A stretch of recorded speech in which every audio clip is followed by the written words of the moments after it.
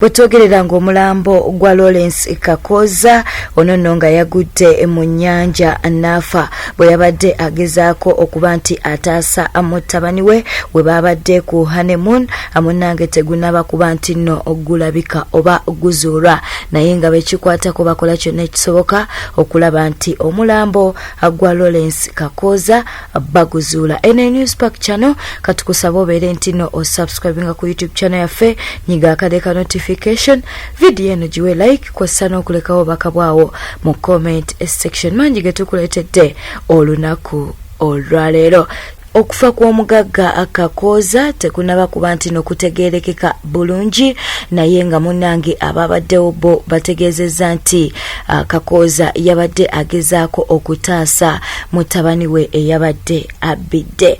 Bagenda ku honeymoon ne mukyala we Justin Nabwami oluvannyuma lw'embaga era nga bano batambula oba ku honeymoon bagenda n'abaana baabwe okusinziira ku mawulire ge tufuna wano ku Newspark channel. Lwaki tetusooka ne tukuwa muganda w'omugenzi abeeko byayogera ku nsonga eno ate oluvannyuma tukomewo tukulage omukolo nga bwe gwatambula. Tugenda kubeera nga tukulaga omukolo ogw'embaga ate era tukulage n'omukolo ogw'okwanjula byonna nga bwe byatambula. Sigala ku Newspark channel katusooke tukuwe muganda w'omugenzi. Yafunye obuzibu omwana we yagudde mu mazzi tugezaako mutaasa muganda waffe n'afa tusaba essaala Namunna abalaba omukolo gwe ku bukedde kusande tusaba essaala omulambo tusobole okufuna ate muganda waffe awummuzibwe mu nju ye ey'olubeerera emirembe. Okyali ku Newspark channel katukujukiza okuba nti no subscribinga ku YouTube channel eno ate era onyige n'akade ka notification. Tukyeyongerayo n'ensonga bambi z'omugagga Kakooza ono nno nga yagudde mu nnyanja n'afa nga ne gye buli kati bakyagezaako okuba nti no banoonya omulambo gwe naye tegunaba kuba nti guzuulwa. Katusooke tukulage omukolo gwabwe ogw'okwanjula. Omukolo gwabwe ogw'okwanjula nga woli mu kulabaawo oyo nno ye Justin Nabwami ate era n'omwagalwa we kati omugenzi Lawrence Kakooza. Lawrence ku mukolo ogw'okwanjula yali musanyufu nnyo n'okusinga omugole omukyala nga woli mu kulaba mukwano yali musanyufu nnyo n'okusinga omugole omukyala. Kitalo nnyo kitalo ddala.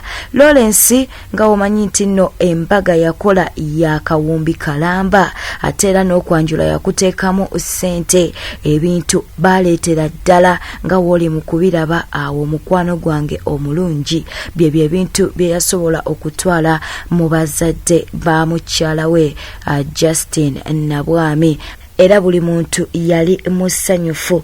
Tukirize tubeere nga tukutwalako ate ku mukolo ogw'embaga ogugambibwa okuba nti gwamalawo akawumbi kalamba naye katukujjukize okusubscribinga ku YouTube channel yaffe. Omukolo guno ogw'embaga gwaliko abayimbi ba Uganda bomanyi ab'amaanyi gwateekebwamu ssente era nga kigambibwa nti gwamalawo akawumbi kalamba naye nga yetukulaze ku mukolo ogw'okwanjula nti omwami yali musanyufu nnyo.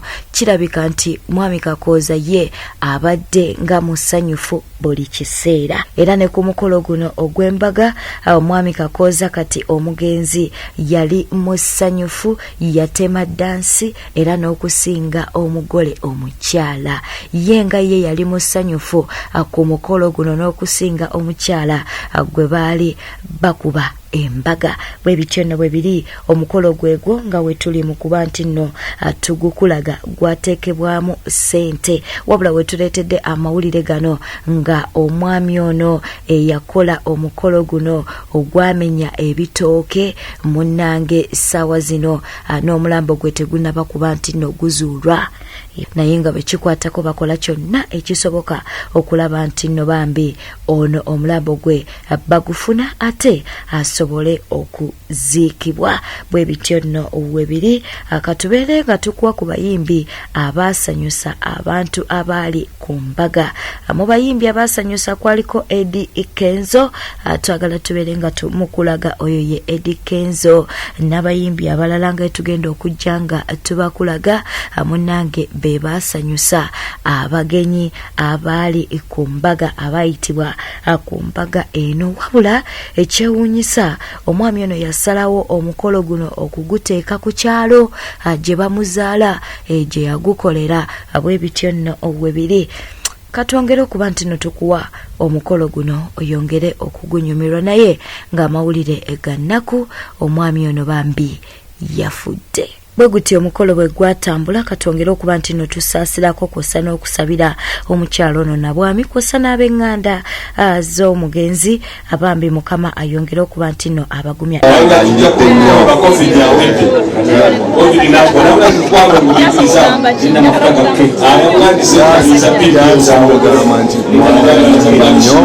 Eyo nno we tuvaayo tugenzeeko mu ba B2C.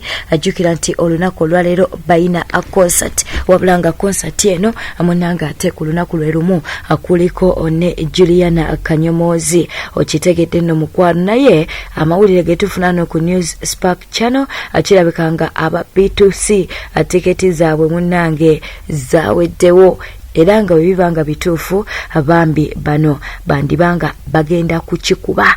Okitegeera bano no bali ku Freedom City, osobola okugenda n'obawagira, naye nga amawulire ge tufuna galaga nti tiketi zo zatundiddwa ne ziggwawo. Agego nno amawulire ge twagadde okuba nti nno tukuwa. Munnange ebyewuunyisa mu ggwanga lyattu Uganda tebiggwayo.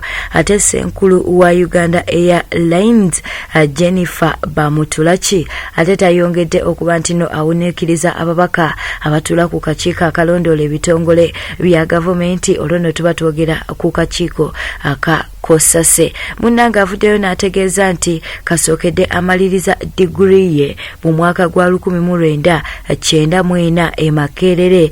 Munnange tajjangayo baluwa ye eya transcript nga n'abaatikiddwa juzi bayina transcript zaabwe. Munanga ate ono CEO avuddeyo ye n'agamba mbu bukyanga atikirwa mu 1994 tafunanga transcript ye. Bwe bityo nno webiri. Ate bwe yabuuziddwa ku paslip ye eya senior ey'okuna yavuddeyo n'agamba nti eno yamubulako. Byebyo nno byongera okuba nti nno biwuniikiriza mu ggwanga lyattu Uganda. Wabula ono mu kwewozaako agambye nti ayina ebisaanyizo ebimufuula CEO wa Uganda Airlines. Ate era ekirala yavuddeyo n'agamba nti omulimu guno gwamuweebwanga kirabo, lwaki tetumukuwa? What it takes to run this airline, and nobody can take that away from me. It is my gift. I can do it and I'll do it.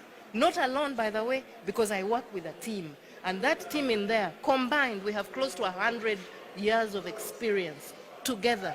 And all of us together have what it takes to run this airline. That's why it hasn't dropped out of the sky. Butotambudde obadde mulabi mulungi wabule kwekumira ku News Spark channel. Subscribinga ku YouTube channel yaffe, likinga video eno ate loleke obubaka bwawo mu comment section. Beera bulungi, weeraba.